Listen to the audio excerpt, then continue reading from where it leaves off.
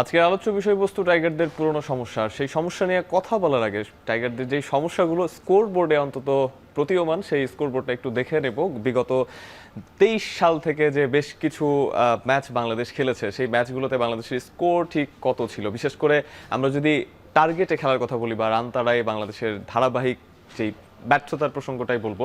প্রতিপক্ষ নিউজিল্যান্ড ছিলেন, রান করেছে হচ্ছে বাংলাদেশ 200, টার্গেট ছিল 235। এরপরে 99 রানের টার্গেট ছিল, সেবার বাংলাদেশ জিতেছে। আফগানিস্তানের বিপক্ষে 236 রানের টার্গেট ছিল, বাংলাদেশ অল আউট হয়েছিল 143 রানে। শ্রীলঙ্কার বিপক্ষে 256 রানের টার্গেটে অবশ্য বাংলাদেশ ম্যাচ জিতেছে, এবং শ্রীলঙ্কার বিপক্ষে আরেকটা ম্যাচ শ্রীলঙ্কা সিরিজে যেই সিরিজটা হয়েছিল। আমরা যদি আরও কিছু বাংলাদেশের পরিসংখ্যান দেখি তাহলে আরও বিষয়টা ক্লিয়ার হবে। এই দুটো ম্যাচেই আমরা এখন পর্যন্ত জয় দেখতে পেয়েছি। এর পরের ম্যাচে শ্রীলঙ্কার বিপক্ষে 245 রানের টার্গেটে বাংলাদেশ 167 রানে অল আউট হয়ে যায়। 286 রানের টার্গেটে 186 রানে বাংলাদেশ অল আউট হয়ে যায়।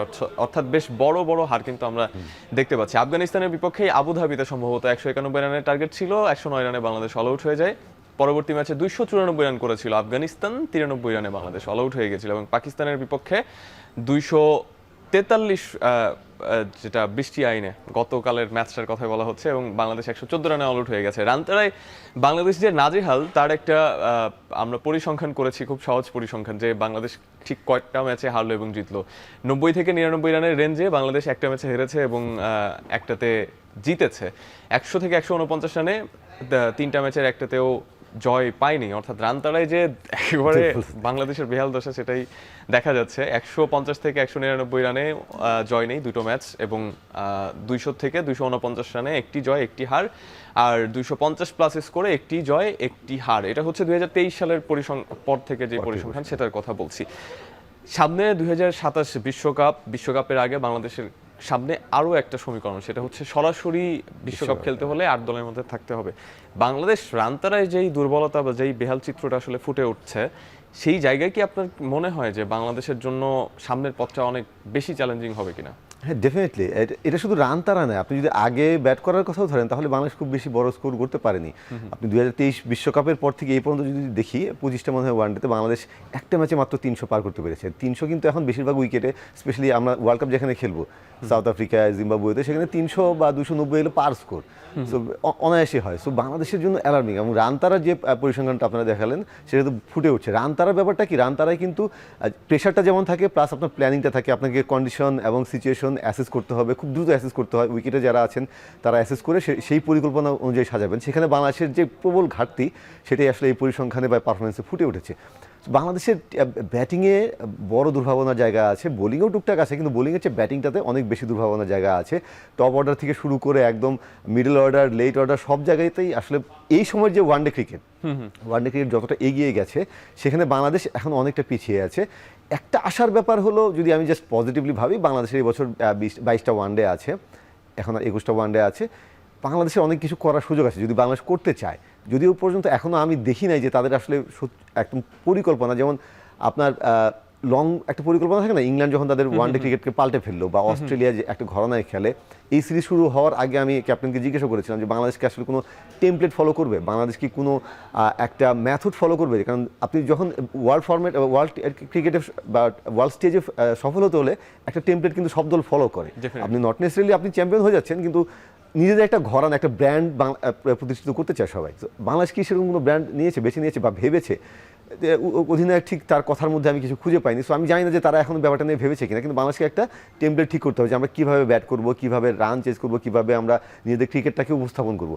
সো ওই জায়গাটা করে তারপরে ওই ঘরানা অনুযায়ী আপনাকে প্লেয়ার আইডেন্টিফাই করতে হবে, করে এই যে 20-22টা ওয়ানডে আছে সেখানে আপনাকে তাদেরকে সুযোগগুলো দিতে হবে। কিন্তু সেই পরিকল্পনায় আমি এখনো ঘাটতি দেখছি। বেশিরভাগ সময় বাংলাদেশের অধিনায়ক হিসেবে যারা এসেছেন, তাদের প্রত্যেকেই বলতে শোনা গেছে যে আমরা ম্যাচ বাই ম্যাচ ধরে এগোতে চাই। এবং এটার ক্ষেত্রে যেটা হয়েছে যে বাংলাদেশের যে ব্যান্ড অফ ক্রিকেটটা, সেটা আসলে ঠিক কোন ঘরানাতে আছে সেটা কখনোই বুঝে ওঠা যায়নি। আপনি যেটা বলছিলেন যে 2015 সালে বাংলাদেশ যে কোয়ার্টার ফাইনালে উঠলো ইংল্যান্ডকে হারিয়ে, সেই ইংল্যান্ড এবং পরবর্তী সময়ের ইংল্যান্ড 2019 সালে যেই দলটা চ্যাম্পিয়ন হলো, রাত দিন তফাৎ ছিল। বাংলাদেশের জন্য কি আসলে সময় খুব বেশি অল্প যে এরকম করে প্ল্যান করার আসলে সুযোগ নেই? না, এখনো সময় আছে, এখন দেখুন যেটা বললাম যে এবছর 22টা ওয়ানডে আছে, এখন ওয়ার্ল্ড ক্রিকেট একটু চেঞ্জ হয়ে গেছে, সামনে যে আপনার বিশ্ব ফর্ম আসরটা থাকে সেটাকে ঘিরেই আসলে হয়। যেমন T20 ওয়ার্ল্ড কাপ ছিল, তার আগে গত বছর কিন্তু ওয়ানডে খুব বেশি হয়নি, T20 বেশি হয়েছে। এখন আবার সামনে যেহেতু ওয়ানডে আগামী বছর, এই সময় প্রচুর ওয়ানডে আছে, তো বাংলাদেশের জন্য সুযোগ আছে যদি তারা প্ল্যানিংটা ঠিক মতো করে। এখানে টিম ম্যানেজমেন্ট, ক্যাপ্টেন, তাদেরকে কিন্তু একটা পাতায় একসঙ্গে হওয়া খুব জরুরি। সো আমাদের ক্যাপ্টেন নিজেও তিনি শিওর না যে পরের আসলে সিরিজে তিনি ক্যাপ্টেন থাকবেন কিনা। তিনি বলেছেন বাংলাদেশের যারা ক্রিকেটটা চালাচ্ছে, ক্রিকেট অফিস বলুন বা ক্রিকেট বোর্ড বলুন, তাদেরও আসলে আমার মনে হয় যে সুদূর প্রসারী ভাবনাগুলো আছে। যদি তারা থাকতো তাহলে সেভাবেই প্ল্যান করতেন। আমার মনে হয় যে মানে খুব দ্রুত সেই প্ল্যানটা করতে হবে। এখনো সময় আছে, কিন্তু যত সময় এগিয়ে যাবে তত কিন্তু আপনি পিছিয়ে পড়বেন। আপনাকে করতে হবে অনেকটা এরকম যে পিঠ বাঁচানোর জন্য আসলে ইনস্ট্যান্ট যেই সিদ্ধান্ত নিতে হয় সেটাই বাংলাদেশ নিচ্ছে সব সময়, এবং ওই বৃত্তের মধ্যেই বাংলাদেশ আছে। একদম না, মানে একদম চিরায়ত ব্যাপার যে আমাদের এই সিরিজটা জিততে হবে, এই ম্যাচটা জিততে হবে। ম্যাচ বাই ম্যাচ আপনি ভাববেন, কিন্তু আপনার তো একটা সুনির্দিষ্ট লক্ষ্য নিয়ে আপনি যদি 2027 ওয়ার্ল্ড কাপে ভালো করতে চান, আপনি নিজেদেরকে কীভাবে উপস্থাপন করতে চান সেই প্ল্যানটা আপনাকে করতে হবে। সেই ক্যাপ্টেনকে আপনাকে সেই স্বাধীনতা দিতে হবে, ক্যাপ্টেনের সঙ্গে আপনার একমত হতে হবে। এই যে ইন্ডিয়া ওয়ার্ল্ড কাপ চ্যাম্পিয়ন হলো, তারপরে আমি প্রেস কনফারেন্সটা দেখছিলাম গৌতম গম্ভীর এবং সূর্যা কুমার। তো গম্ভীর বলেছেন যে আমরা একটা থিওরি নিয়েছিলাম, মেথড নিয়েছিলাম যে ফ্রম বল ওয়ান আমরা অ্যাগ্রেসিভ ক্রিকেট খেলবো। আমি কোচ হিসেবে লাকি যে আমার ক্যাপ্টেন সূর্যা কুমার তিনি আমার সঙ্গে একমত হয়েছেন, আমরা দুজনে একমত হয়েছি, তারপরে আমরা এই প্রসেসটা ফলো করেছি। সেটা আপনার সফল হবে কি না হবে সেটা পরের ব্যাপার। বাংলাদেশের প্রসেসটা কি আমরা জানি না। ক্যাপ্টেন এবং যে দলগুলোর কথা বললেন আপনি, ইংল্যান্ড যখন চেঞ্জ হয়েছে, ওয়েন মর্গানের একটা বড় ভূমিকা ছিল। ব্রেন্ডন ম্যাককালাম 2015 ওয়ার্ল্ড কাপে যে ক্রিকেটটা নিউজিল্যান্ড খেলেছে, ম্যাককালামের একটা ছাপ ছিল। সো ক্যাপ্টেনের এখানে একটা ছাপ থাকে। বিরাট কোহলির ইন্ডিয়া কীভাবে ক্রিকেট খেলছে আপনি জানেন, রোহিত শর্মা ইন্ডিয়া কী ক্রিকেট খেলছে আপনি জানেন, ম্যাককালামের নিউজিল্যান্ড, মর্গানের আপনার নিউজিল্যান্ড, ইংল্যান্ড, তারপর আপনার রিকি পন্টিং অস্ট্রেলিয়া, মাইকেল ক্লার্কের অস্ট্রেলিয়া, তার কিন্তু একটা ঘরানা আছে। বাংলাদেশের হ্যাঁ, আপনি অধিনায়কের ফিলোসফিটা আপনি ক্রিকেটে তাদের ব্র্যান্ডে দেখবেন। বাংলাদেশের সেই ব্যাপারটা আমি দেখি না। এর আগে 2015 থেকে 2018-19 ওই সময়টায় বাংলাদেশ যে ওয়ানডে ক্রিকেটটা খেলছে একটা মোটামুটি ঘরানা ছিল, আপনি জানতেন যে বাংলাদেশ কোন প্রসেসে খেলবে। তারপরে আসলে সেরকম তার আগে পরে এটা দেখি নাই। সো আগে ক্রিকেট বোর্ডকে এখানে ঠিক করতে হবে যে আমি 2019 সাল পর্যন্ত 2027 সাল পর্যন্ত একজনকে ক্যাপ্টেন ঠিক করে দিচ্ছি, কোচ নিয়ে থাকবেন, তারা মিলে ক্রিকেট অফিস মিলে আমরা এই ক্রিকেটটা খেলতে চাই। তারপরে এই ক্রিকেট খেলার উপযোগী ক্রিকেটার আমরা আইডেন্টিফাই করবো। আমাদের রিসোর্সের স্বল্পতা আছে, আমাদের আসলে পাইপলাইন এত স্ট্রং না।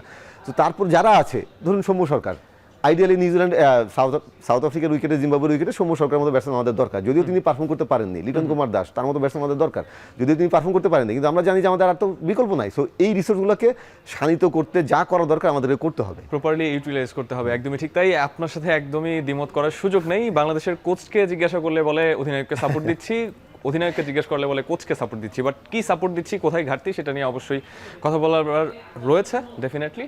দর্শক, একটা বিরতি যাচ্ছি, ফিরছি কিছুক্ষণের মধ্যে। বিশ্ব ক্রিকেট অনেকটাই এগিয়ে গেছে, তবে আমরা এখনো বিশেষ করে টাইগারদের কথাই বলছি, পুরনো সমস্যাতে আটকে আছি। আর সেই পুরনো সমস্যার কথা বললে সবচেয়ে আগে যেটা এখন চোখে পড়বে বা মাথায় আসবে সেটা হচ্ছে মিডল অর্ডার নিয়ে জটিলতা। এই মিডল অর্ডারে যদি অন্যান্য দেশের কথা বলি তাহলে দেখবো যে উইল জ্যাক্স কিংবা লিয়াম লিভিংস্টন, জস বাটলারের মতো প্লেয়াররা খেলেন। ভারতের কথাই যদি বলি সেখানে অনেকগুলো প্লেয়ার রয়েছেন, যেমন KL রাহুলকে সেখানকার জন্য আলাদা করে তৈরি করা হয়েছে, এবং KL রাহুল যেই ম্যাচগুলোতে টপ অর্ডার রান পাচ্ছেন না সেই ম্যাচগুলোতে KL রাহুল অসম্ভব রকমের দারুণ ইনিংস খেলে দলকে সেখান থেকে বের করে নিয়ে আসেন।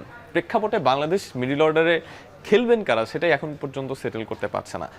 আগামী বিশ্বকাপকে সামনে রেখে বা বিশ্বকাপের সামনে বাংলাদেশের যে চ্যালেঞ্জ, সরাসরি বিশ্বকাপ খেলা, সেই চ্যালেঞ্জের জায়গায় এই যে এখনো নিজেদের প্লেইং 11 সেভাবে সেটেল করতে পারছি না। আমাদের ওই স্কোয়াডে 15 জন প্লেয়ার কে কে থাকবেন সেটা নিয়ে এখনো চিন্তা করতে হয় যে ওই জায়গাটা আসলে কে পূরণ করবেন।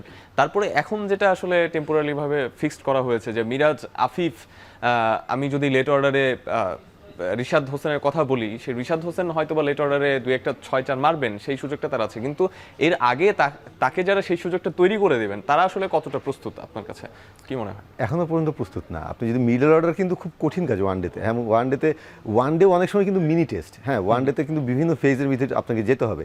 সো আমাদের ওয়ানডে মিডল অর্ডার এখনো T20 মোডে আছে, হ্যাঁ T20 মোল্ডে আছে। তারা মনে করেন যে ইনিংসটা গড়া এটা কিন্তু একটা আর্ট। হ্যাঁ, আপনাকে শুরুতে একটু স্ট্রাগল হয়তো করতে হবে, আপনি সিঙ্গলস ডাবলস নেবেন, বাজে বলগুলো কাজে লাগবেন, তারপর সময়ের সঙ্গে সঙ্গে আস্তে আস্তে আপনি জাস্ট রান রেটটা বাড়াবেন, আপনি হয়তো কিছু ইম্প্রোভাইজ করবেন, কিছু পাওয়ার শট খেলবেন, শেষ দিকে ঝড়ের বেগে রান করতে হবে।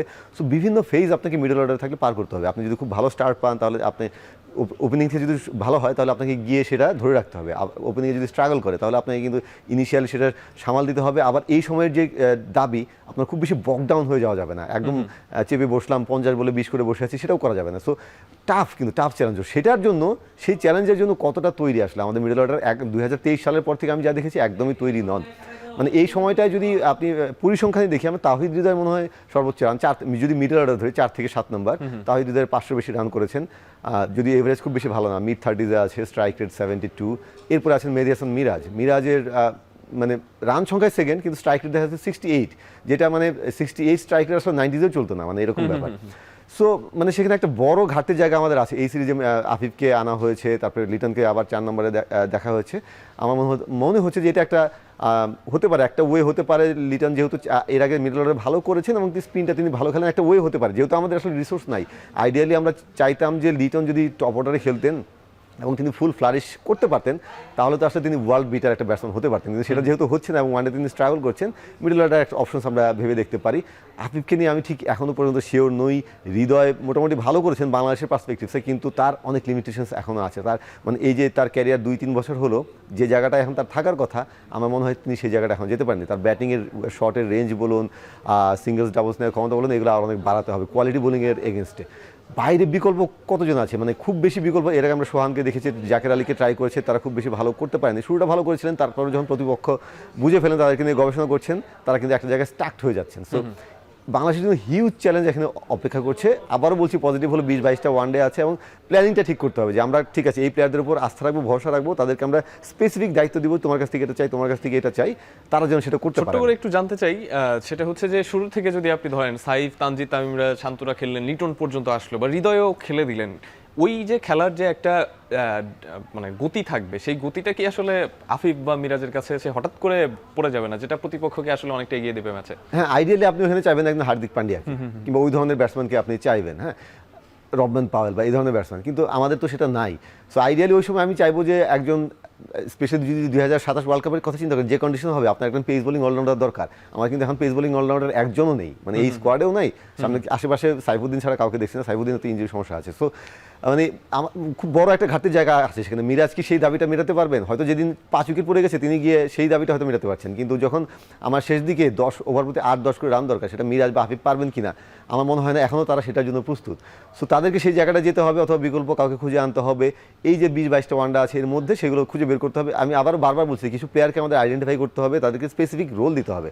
কনফিউশনে রাখলে হবে না। মানে মিরাজকে আমি আজকে সাথে খেলাচ্ছি, পরের সিরিজে যদি আবার তাকে 4 নম্বরে খেলাই তাহলে হলো না আর কি। আফিফকে আমি 5 নম্বরে খেলাচ্ছি বা 6 নম্বরে খেলাচ্ছি, তাকে স্পেসিফিক রোল দিতে হবে এবং তাদেরকে সেই লম্বা সময়টা দিতে হবে, তাহলে আসলে কিছু করা সম্ভব। আপনি প্রপার প্ল্যানিং এর কথা বলছেন। দর্শক